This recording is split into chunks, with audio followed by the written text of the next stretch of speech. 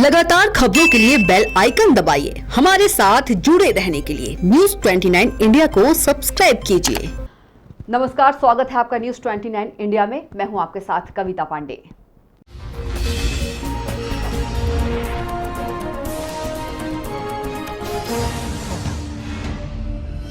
Unlock 1.0 के दौरान अपराधों में वृद्धि की संभावना देखते हुए पुलिस महानिरीक्षक इंदौर विवेक शर्मा ने पुलिस को ऐसे संभावित आपराधिक तत्वों पर कार्रवाई करने के निर्देशित किया था।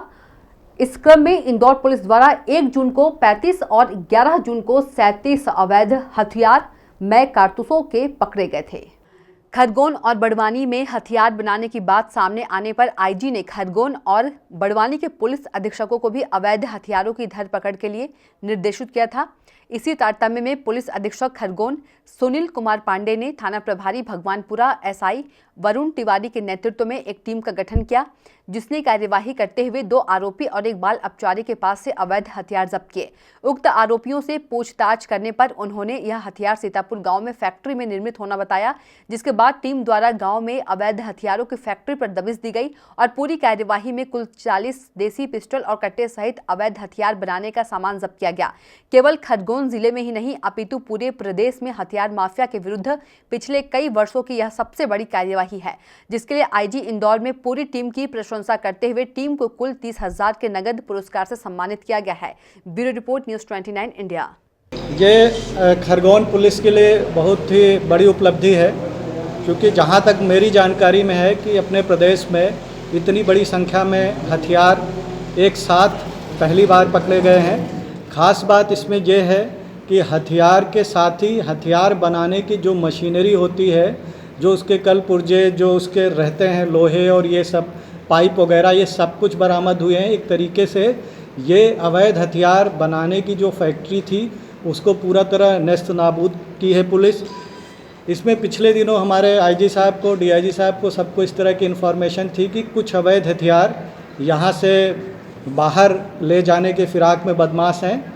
उस पर उनके द्वारा निर्देशित किया गया था, जिसमें हमने एक टीम बनाई थी।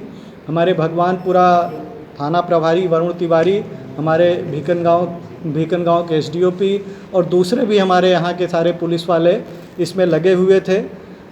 कल रात में ऐसी मुखबिर से सूचना मिली थी कि 2 बदमाश हैं जो भगवानपुरा इलाके के हैं। ये मीठाराम निवासी सतीपुरा भगवानपुरा और एक जगत सिंह निवासी सतीपुरा भगवानपुरा।